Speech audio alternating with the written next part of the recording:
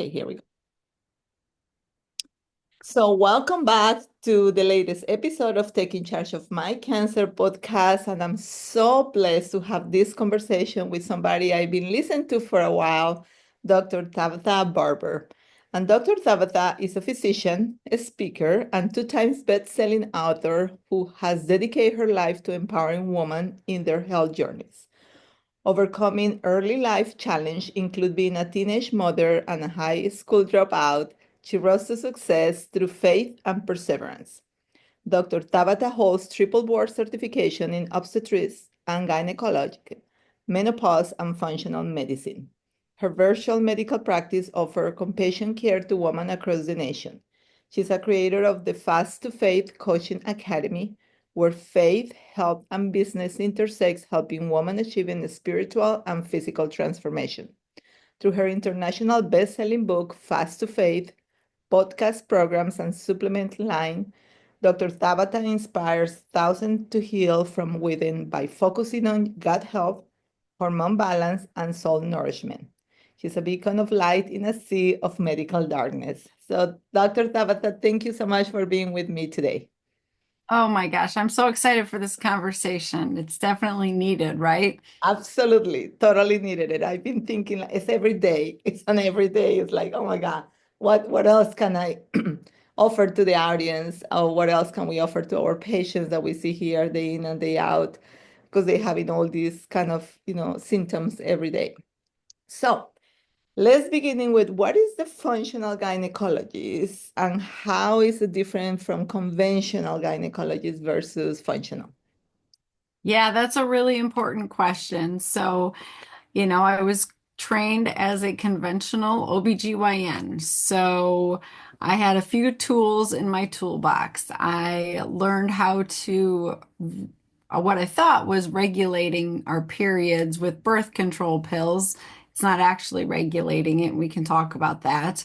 And medications to suppress hormone production, things like endometriosis and fibroids and breast cancer. We use those for. And then surgery, procedures and surgical interventions to get rid of the problem. And so, what I don't think a lot of women realize is that obstetrics and gynecology is a 4-year surgical residency. We are spending 4 years learning how to use our hands to remove the offending organ, to remove disease, and to manage things. We do not sit and study the hormone intricacies of how to balance our hormones, how the adrenals affect our hormones, how our thyroid plays a role, how our gut health impacts all of this. We get very basic training on menopause and essentially no training on nutrition or food or any of that. And so when we say that OBGYNs are the women's health expert, it is kind of not true. I I thought I was a women's health expert because I was managing disease processes that women were struggling with from hormone issues, but I wasn't actually fixing the root cause of the issue. I was practicing band-aid medicine. I was getting rid of symptoms in order to give that person a better quality of life. But I wasn't actually fixing the reason that those hormone issues or those symptoms were happening in the first place. And so functional gynecology is questioning what is driving this symptom. Why are we having a heavy period, a painful period, endometriosis, infertility, cancer? Why are these things happening? And actually treating those root cause issues. And what I learned going on to study through the Cleveland Clinic and become certified in functional medicine, I also got certified through North American Menopause Society and all of those things because I just never felt like I had an adequate training as an OBGYN. But what I learned with studying functional medicine was that almost all disease begins in the gut. So we really do have to pay attention to what we're putting in our mouths. It makes a huge difference. And for me, this changed my life personally because I had been given a diagnosis of Hashimoto's thyroid disease at 17 after I delivered my baby. And I was always told this is just your problem to have. You're always going to suffer. You can try and manage it with thyroid medication, but it's never going to go away and it's probably going to get worse. And you're probably going to get another autoimmune disease on top of this.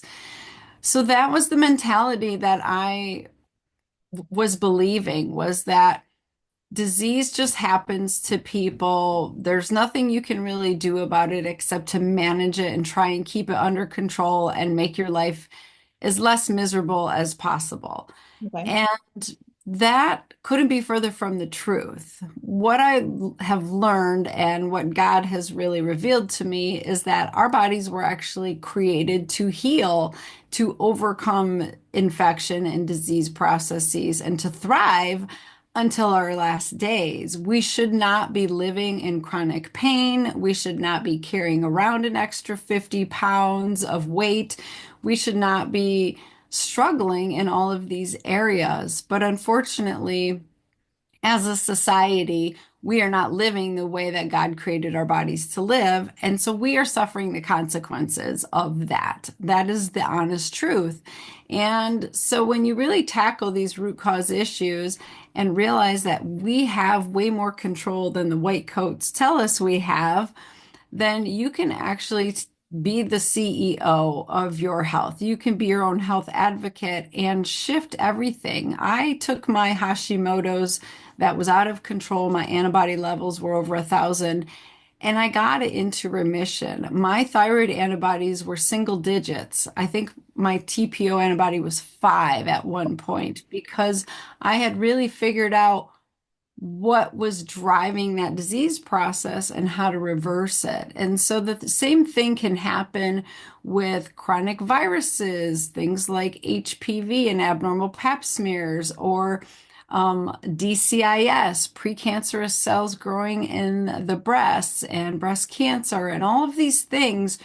There's something driving that process. And if you can figure out the root cause of what's driving it and fix that, then you don't have to practice all this band-aid medicine. And I would love to just point out that symptoms and diseases popping up are just messages from our body. Our body is trying to tell us something. It's trying to communicate with us that, hey, I don't like what you're doing over here, or I need more of that or less of this. But we have really learned how to ignore our body and not listen to Yep. those messages. And we just need to get back in tune with our body and listen to what it's saying to us and trust that it loves us and it wants to give us a good life. It's not trying to make us miserable. We have to work with our body instead of against it. Yeah. And then I know one of the things that actually drive me to start listening into your podcast, I think you were interviewed by someone I was listening, and that was all your faith. So how that whole part of the, fast faith or the faith part of it with our bodies start kind of like change your life when all that clicked together. Yeah, so the reason I even started studying functional medicine is because I was going into complete burnout. I thought I was living the way that God called me to live. At 17 years old, when I had my daughter, I had a terrible pregnancy and delivery. Many things were done to me. Nothing was really explained, a lot of invasive procedures, and I felt like I had no voice or any choice in the matter. I was treated like a second class citizen because I was on Medicaid and food stamps. And so I came out of that experience just feeling like God was telling me to stand up for myself and for other women, to figure out how to go back and get my GED, get into school and become a doctor and help women. So I went on this journey, but what was happening was I was so caught up in the world and what the world expected of me that I forgot about God and he wasn't in my day-to-day life. And so here I am thinking I'm doing God's work, but I'm not even having a conversation with him, for months on end. And I was really just burning myself out. I was showing up for everyone else, saying yes to everyone else, completely ignoring my health and my needs. So I was eating garbage. I was living on whatever food I could find at the nurse's station. I wasn't sleeping. I wasn't exercising or working out. And so I had an extra 30 pounds on me. And I was just exhausted. I would fall asleep during lunch. And it wasn't until I was in chronic back pain and could no longer function or even move that I really had to stop and see like what is going on. And that's when I started talking to God again. I felt that desperate, like, why are you doing this to me? Why am I in so much pain? Why won't you heal me?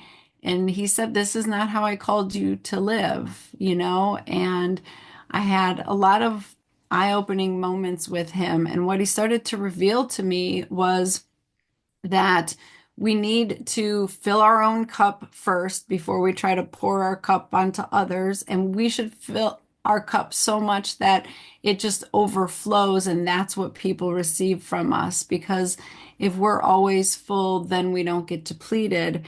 And he reminded me how much fasting heals our body and brings us closer to him. And so I went on this journey and I started to realize all of this. And he really taught me that if you go to God first and you bring him into your day-to-day life and ask him to walk your health journey with you, you're going to heal. You are going to shift. He wants to be a part of this conversation. He wants you to rely on him and depend on him. So God isn't a genie in a bottle for you to just like wish to, oh, I wish you would get rid of this and make me better.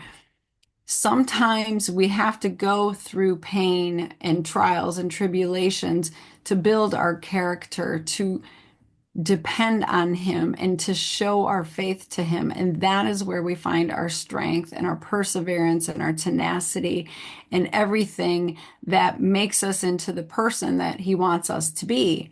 We are here to serve him and to glorify him and to advance his kingdom. And so if you are stuck and you feel like, why again, God, why? Like I'm doing the same thing over and over. He's trying to teach you a lesson. There's something that you need to get out of it. So I honestly look at struggles as a blessing. Like, okay, you must love me this much if you're letting me stay stuck. It is like the best parent ever. If you are a good parent, you will let your kid struggle a little bit and figure that out for themselves. You cannot rescue your child every time, otherwise, they will never learn how to take care of themselves or get through anything. And so, God is the ultimate best parent. And sometimes we can't relate to that because we had terrible fathers or mothers that abandoned us or didn't show up for us or, abused us. And so it's might be hard for people to even believe that God wants to be a good father to you and provide and be there. But I promise you that is the relationship that he created. He wants to provide for you. He wants to guide you. He wants to help you have an amazing life. He really does. And that includes your health. Mhm. That's perfect to lead into my next question, which is why do you say fasting without faith is your next failed diet? Yeah, so fasting seems like a trend right now to lose weight. And it can do that because when we carry extra weight, it's often a sign of either a blood sugar issue, inflammation in our body, too much cortisol production, our stress hormone, or some kind of thyroid imbalance. So extra weight is always a symptom of something deeper going on. And fasting is our body's natural way of hitting the reset button, calming down the inflammation, healing our gut lining. So within the first 48 to 72 hours, the cells in our intestines and stomach, they turn over and they start to heal. So if you have leaky gut, if you have bad bacteria overgrowth or yeast overgrowth, all of those things will start to balance out with fasting. Fasting also produces cells from our immune system that go out and eat bad cells. So you may have heard of people who get a cancer diagnosis and they go on like a 20-day water fast because our body has innate intelligence to go into autophagy. And this autophagy is the cells are eating all the bad cells in the body that are trying to go rogue. They're trying to be dysfunctional and create disease. And so it's our body's natural way of healing itself. That is another reason we don't feed patients after we do surgery on them. And when we eat, we require energy to actually digest our food and break down our food. So it's an energy requiring process. And if you're trying to heal, you want those resources to go to healing, not to digestion. So there's a lot of physical reasons why healing is so helpful, or fasting is so helpful. Fasting also kills off viruses and things like that.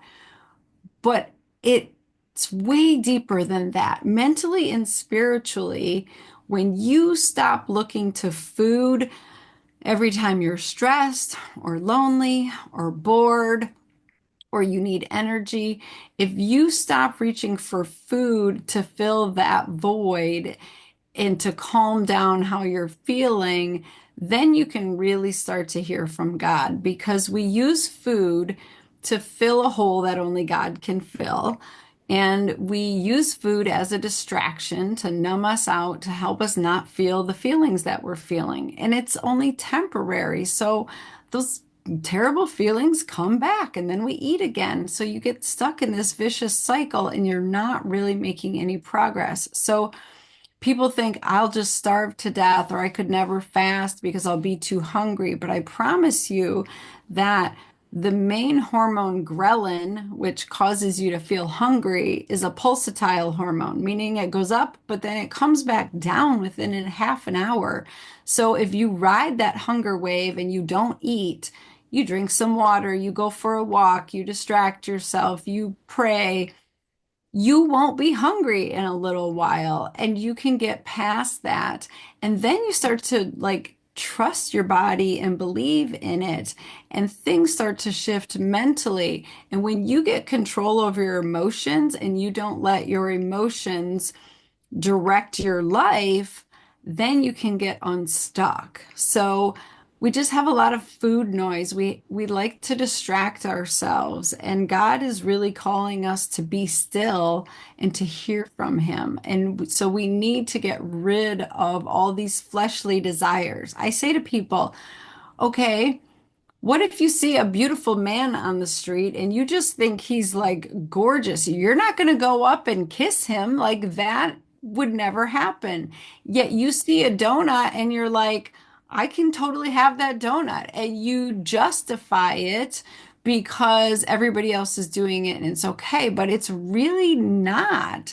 So we just have to see it for what it is. The way that we're being a glutton, we are overindulging in things that we shouldn't be indulging in. We're trying to fill a void with food or shopping or sex or TV, all of those things. That is not how we're called to live. And so fasting shifts everything. It's incredible. Yes, yes. And I start, one of my colleagues start doing some intermittent fasting a while back, and I start doing that and definitely make me feel so much better. And I kind of did a couple of challenging with Dr. Simmons. Actually, was one of her challenge was like what was like a 4 day. I think I kind of only did it for 3 days at that point. And but then I was like, then I did it another 3 days, and it's so much easier as you start kind of going and then make you feel better, make you feel less desires to that anymore because it's like, well, no, I'm good. I'm like really good. So I'm so glad that you add in as well the faith part of it, because sometimes we get so busy wrapping our world that that part is really, we start thinking about that when we struggle. We don't think about that in a daily basis. We shouldn't, right? So so are so many women struggling with perimenopause and menopause, especially when it comes on their weight.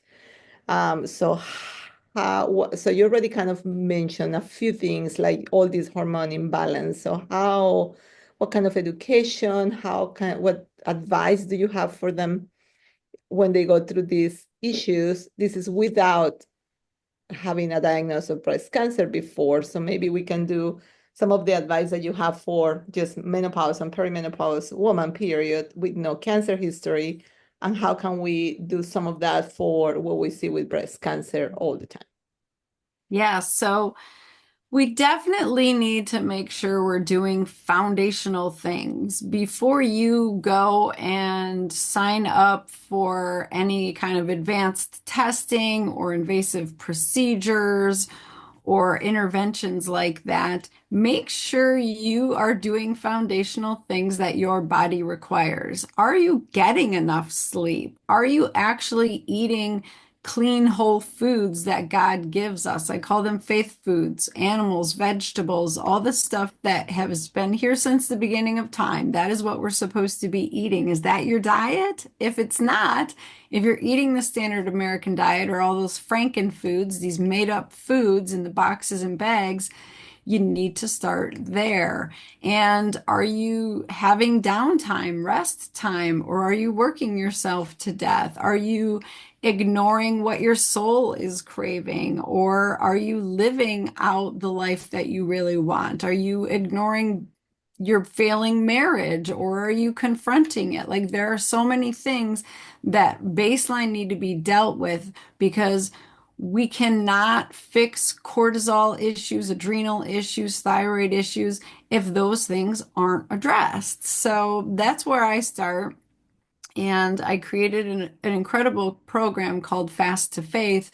And it really does teach you all of these foundational pieces. And I'll tell you, for me, giving up gluten and sugar changed my entire life. It took me from requiring a second back surgery to not having that surgery because the gluten and sugar were causing so much inflammation in my body that I could barely walk. It was so painful. And it was driving my autoimmune process, which was driving inflammation in my body and keeping my gut a destructive mess. And so those two things were a game changer. So I teach women how to break up with sugar and how to start eating real whole foods and make that shift because 80% of women feel better just doing fast to faith.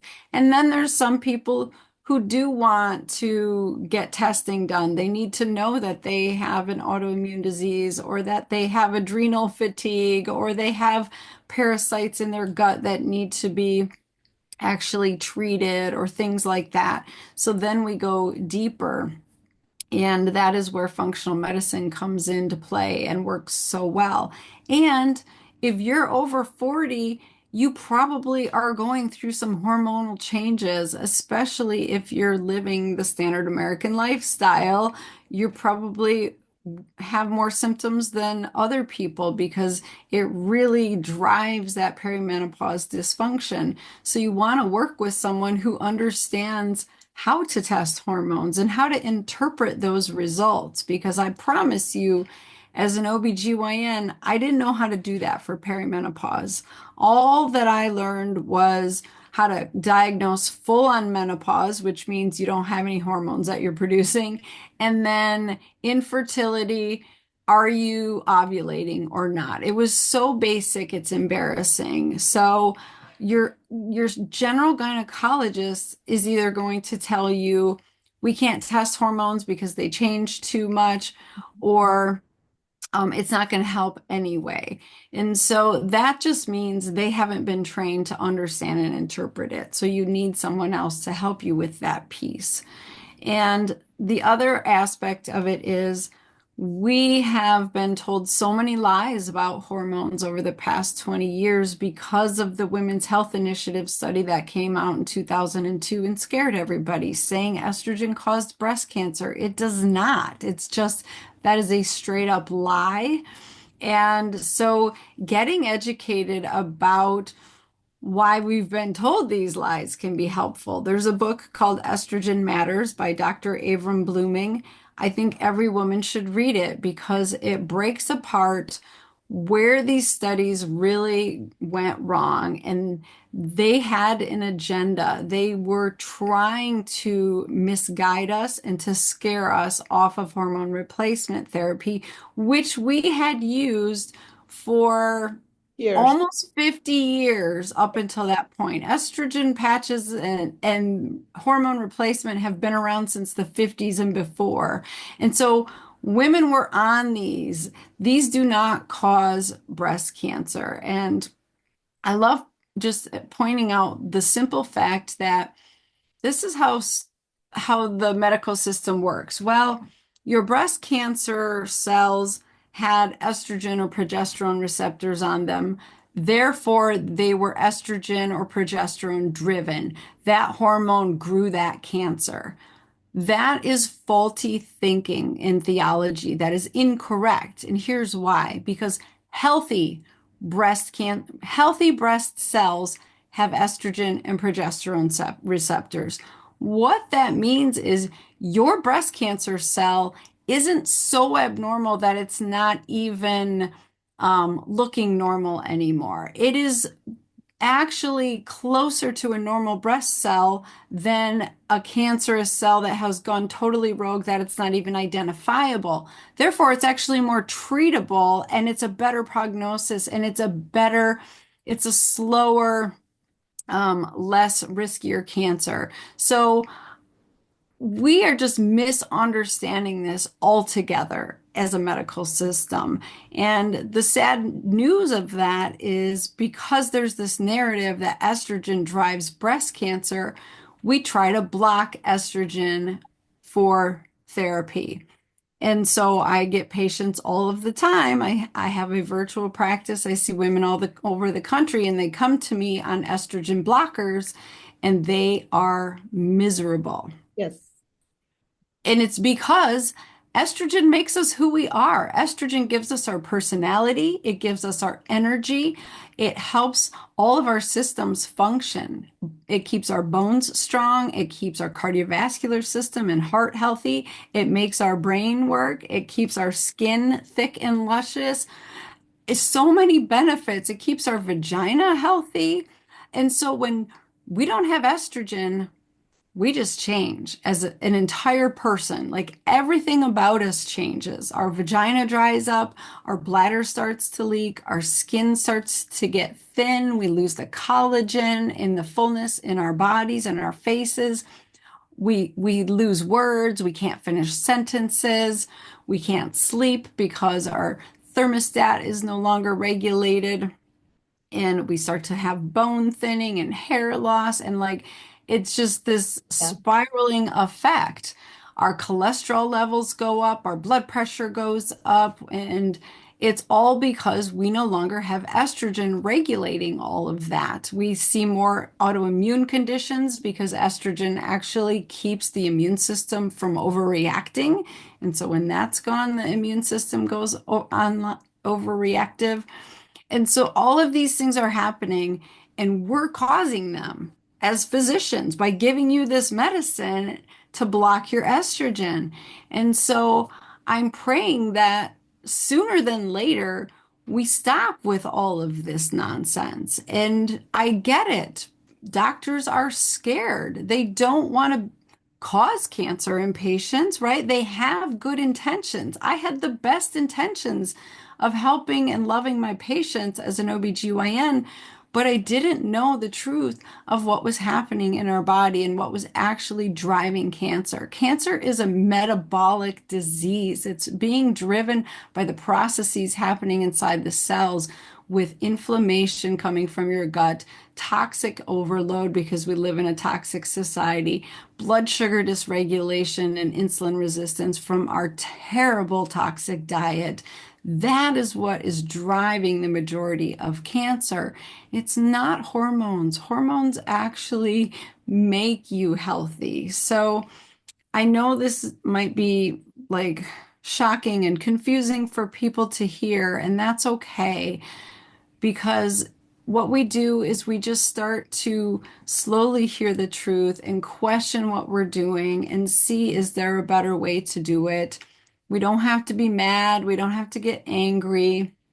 Um, Most likely, your doctor is doing the best that they know. They just don't know any different. Unfortunately, when I went to medical school, I learned the same thing that doctors 30 and 50 years earlier learned. It just, the information gets passed down, nothing gets questioned.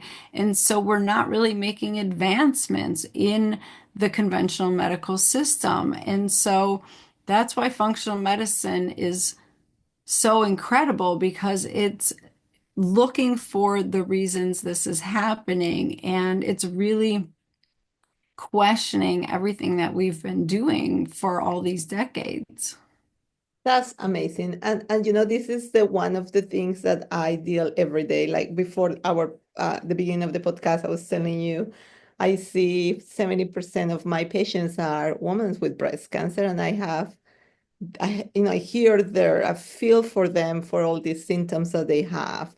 And it's just so hard because I'm not in a position to tell them don't do it, but I'm in a position to educate them and say, I want you to listen and I want you to look and I want you to do some research and go talk to your doctor and see if you can get your traditional doctor and maybe find a functional medicine doctor and you can bring them together and you can work with both of them. But yeah, it's hard. So if we go back to your breast cancer patient that shouldn't be in hormone blockers, right? Even if they are ERPR positive, um, would you recommend them to go through hormone replacement if if they're in the menopause time? Yeah, so here's the thing. Each individual has ownership of their own body. And so you need to be your own health advocate. And that means getting educated and not taking everything the doctor tells you at face value.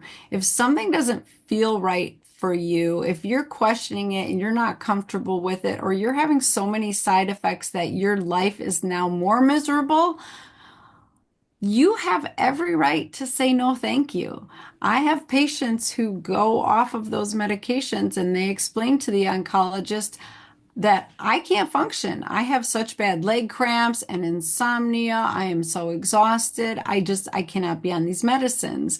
And that really is your prerogative. That is your decision at the end of the day. And if you don't have a physician who's willing to help support you and work with you, then um, maybe you want to look for someone who is more supportive because that is the truth of it. It is about your quality of life, and everybody's an individual, and we all handle things differently. I've had people who feel just fine on hormone blockers and they choose to stay on them, and we just optimize their health. Like that, you deserve a discussion about it. You should not be told this is what's happening for you. You should get the respect of a discussion of the risks, benefits, and alternatives. And unfortunately, most conventional doctors cannot speak to the alternatives, and that's where they get stuck. So I love bringing in someone who's trained in functional medicine or integrative medicine to bridge that gap because you deserve that part of the conversation. It's not true informed consent unless we talk risks, benefits, alternatives.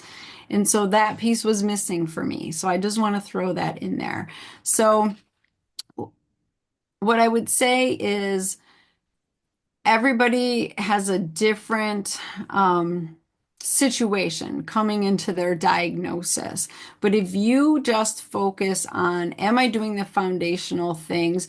Do I have a physician that listens to me and supports me and admits that they don't know everything and that they're opening to learning? Like that is where you're going to feel well and actually thrive. And unfortunately, when it comes to any kind of cancer diagnosis, there is often a component of trauma, either in the recent past that triggered that to actually spill over and turn in from precancer to cancer. I see it all the time in my practice. It cannot be ignored. Someone goes through a divorce, 3 months later, 6 months later, they have cancer. They lose their mother that they were really close with. 6 months later, they have cancer. So there is a trauma piece that needs to be dealt with. There are emotions that get stored in the body. Our body does keep score. Our body is a reflection of what's happening mentally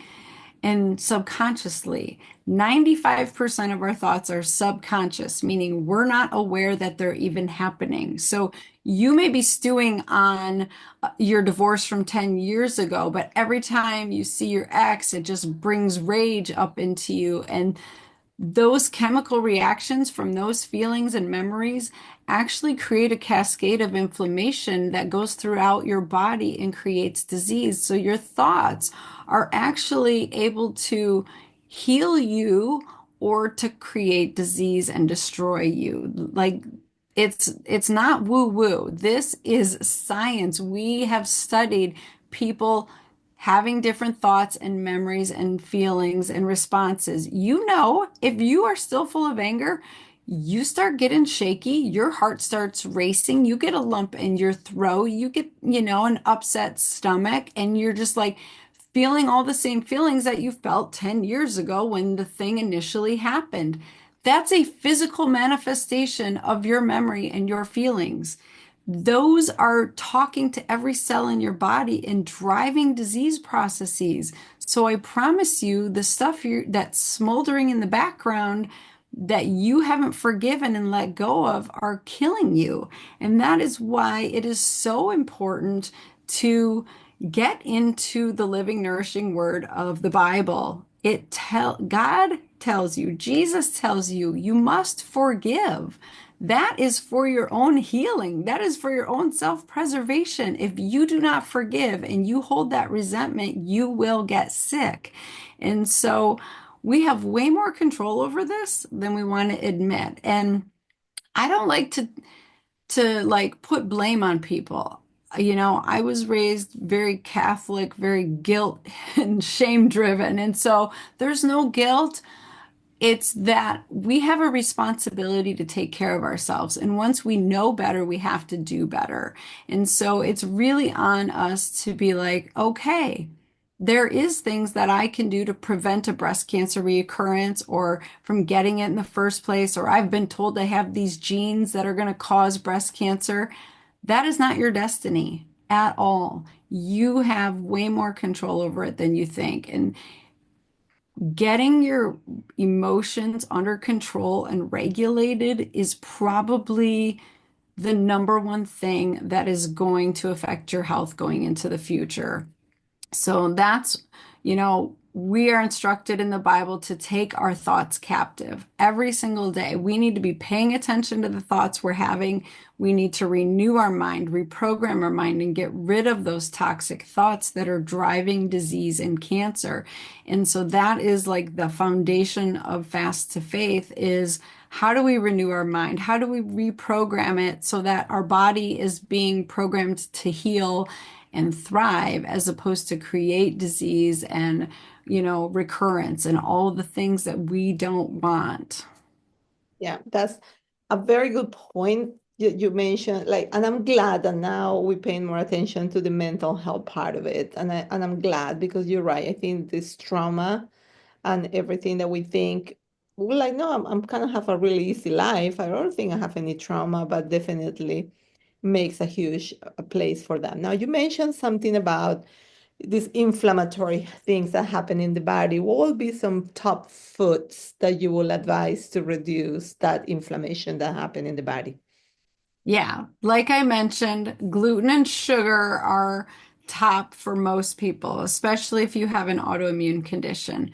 We don't realize how much sugar we're eating. We think if we aren't adding sugar to stuff that we're not eating sugar, but it's not true because sugar is already added for us. It's in things that we wouldn't expect. I remember when I found out there was sugar in my tuna fish packet. I was like, I thought I was just eating tuna. What the heck? But it is added to everything. So in the 1800s, we ate 2 pounds a year per person. So I would eat 2 pounds in one year. Now the average person eats 60 Oh to my, 80 pounds a year. Can you even imagine? Like, think of your 5 pound sugar bag, 60 pounds for one person. It wow. is in everything. We're supposed to have 25 grams of sugar a day, and one soda pop has about 32 grams of sugar. So you've already gone over your limit with one drink. Oh wow. Especially if it's like a Starbucks or a coffee drink, you went way over. And then you add a bagel to that, which is another 30 grams, and you have just started your day off on a sugar roller coaster. You just had a sugar bomb for breakfast. And so your blood sugar is going to be dysregulated for the rest of the day. You're constantly going to be looking for more sugar to top that off so that you feel stable, so that you don't feel the sugar crash and the hangriness and the jitteriness. And so we're just stuck on these sugar roller coasters. And the a big part of Fast to Faith was getting people back into fat burning mode and off the sugar burning mode and getting back your metabolic flexibility so you don't have all these crazy symptoms so that you can go 4 to 5 hours without eating and feel full and satisfied. But you have to start your day off with fats and protein and get away from that sugar. So we have to break up with sugar and gluten and soy. It might be helpful to mitigate like hot flashes, night sweats, things like that. But unfortunately, soy is the most genetically modified food in this country, and it's almost impossible to get organic soy. Genetically modified foods have been altered with pesticides and herbicides, and that destroys your gut, and that's where all the inflammation comes from. So if you are eating GMO foods, which is soy, corn, unless it says organic, it is causing chronic leaky gut for you, and that is a big problem. So, organic isn't just about your produce, your fruits and vegetables. It is about all the stuff in the boxes and bags is all genetically modified. So I keep it simple. I just eat real food. I eat stuff that doesn't have ingredients. It's like I eat avocados, I eat onions, I eat steaks, I eat hamburgers, I eat chicken, I eat sweet potatoes and quinoa and things that don't have ingredients lists. So that is where you're going to change everything. And so it's really important to get some fiber in your diet that helps regulate your hormones and clear out all the bad stuff out of your colon, keep your blood sugar regulated, super important. But if you are still eating fast food or processed foods, you're gonna be deficient and you're gonna struggle. So start eating real whole foods. Excellent. And that was actually you lead into my next question, or perhaps you already answered was anything else that woman through perimenopause and postmenopause can do to balance their hormones better through diet. So some of that, anything else that you want to add to that? I will say that supplementation can be very helpful at this point in our lives because you may have gotten away with things in your 20s and 30s and been okay because you had vitamins and minerals stored up in your body. You had not so much toxic burden going on. But by the time you're in your 40s, you have accumulated so many toxins, so many plastics and things in our environment that your body cannot get rid of. So it just accumulates. And here's an interesting tidbit. We store most of those toxins in our fat cells because our body's trying to protect our deeper organs like our heart and our liver and our kidneys and our brain. And so all those toxins go into our fat cells. And if we want to lose weight, we might feel like garbage because those toxins are getting released into our bloodstream. And so you really have to detoxify in order to lose weight. Our weight is actually protecting us from getting sick. I know it doesn't sound um, like anything you want to agree with, but I promise you, your body's always trying to protect you. It's always doing something for your good. You just might not understand it. So when I started to realize this, I was like, okay, we need to support our body's detoxification pathways. How can we help our body get these plastics and these chemicals and these pesticides out of our body? And that is supporting our ability to have bowel movements every day, because that is the biggest way that we get rid of toxins is we poop them out. We sweat through our skin, and our liver detoxifies things. So we have to support our liver to be able to do its job. And at this point for women, that is usually requiring supplements. So I have something called the 321 Liver Detox Kit. It hits both phase one and phase two and phase three, the elimination phase of your pathways, so that you can start to clear things out of your body. And it just, then the weight can start to come off and everything can start to shift. It's so awesome. Like, that's my favorite thing when people do that supplement and they're like, oh my gosh, I've already lost 4 pounds. It's like, yes, your detox pathways are opening up, they're starting to work. If you're only pooping a couple times a week, you're not healthy. That is not okay. You have to eliminate all of that. So it's really important to get on some support that is helping you have bowel movements, helping your liver do its job, giving you the vitamins and minerals that you are now deficient in. It's like key. Okay, perfect. How about some key lab tests that you recommend for a complete health assessment?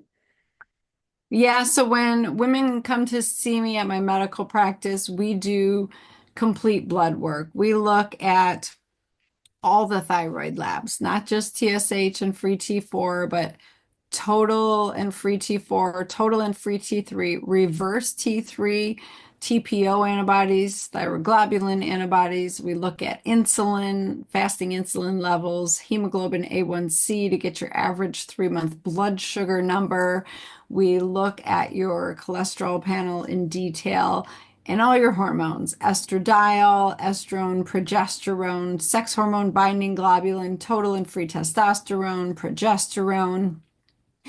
We love doing functional tests like a 24-hour cortisol pattern. If you think you have an adrenal issue, we have to see what your cortisol is doing. And then my absolute favorite is stool testing.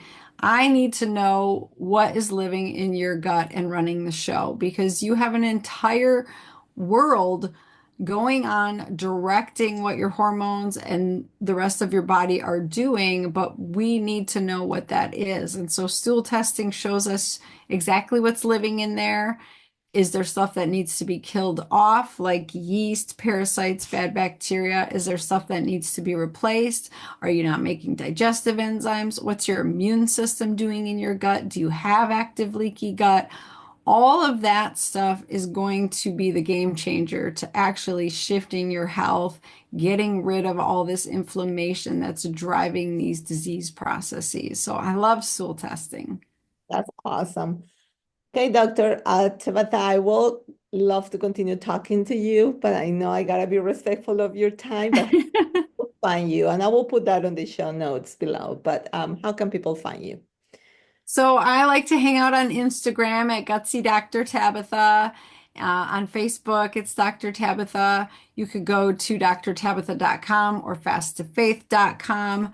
We have an app called Fast to Faith, and it is full of amazing resources and a sisterhood of women that are ready to support you on your health journey. They have been there, they are currently going through it, or they've gone through it. We have coaches in there to support you and pray over you and guide you and help troubleshoot all your issues. It's like such a beautiful community.